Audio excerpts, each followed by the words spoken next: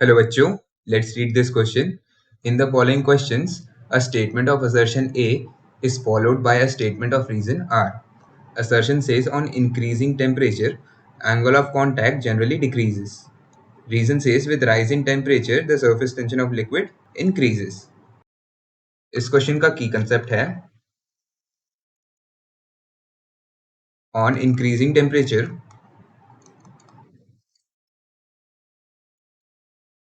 the surface tension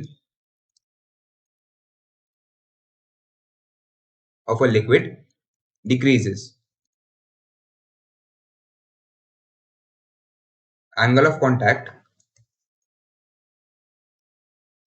is due to two types of interactions.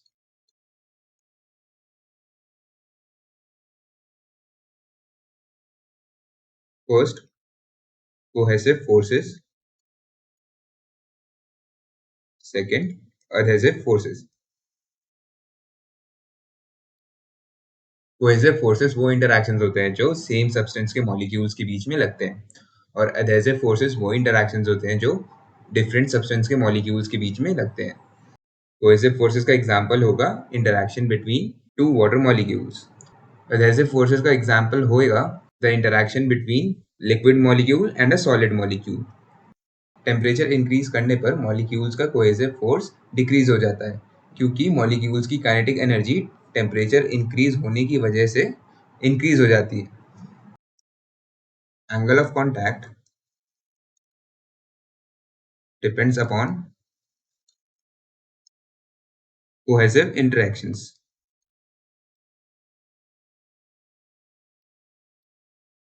अगर cohesive forces decrease हो जाती है तो सरफेस टेंशन डिक्रीज हो जाता है.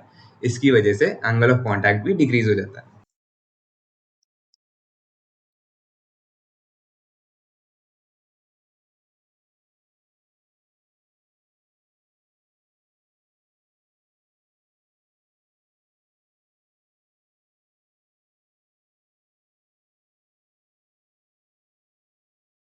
कोहेसिव फोर्सेस डिक्रीज होने पर सरफेस टेंशन डिक्रीज होता है. सरफेस टेंशन डिक्रीज होने पर एंगल ऑफ कॉन्टैक्ट डिक्रीज हो जाता है. और कोहेसिव फोर्सेस के डिक्रीज होने का रीजन था टेम्परेचर का इंक्रीज होना. Let's check the statements again. Assertion कह रहा है on increasing temperature the angle of contact generally decreases. Assertion is a correct statement. Reason कह रहा है with rise in temperature the surface tension of the liquid increases. Reason is a wrong statement. So the final answer to this question is option 3.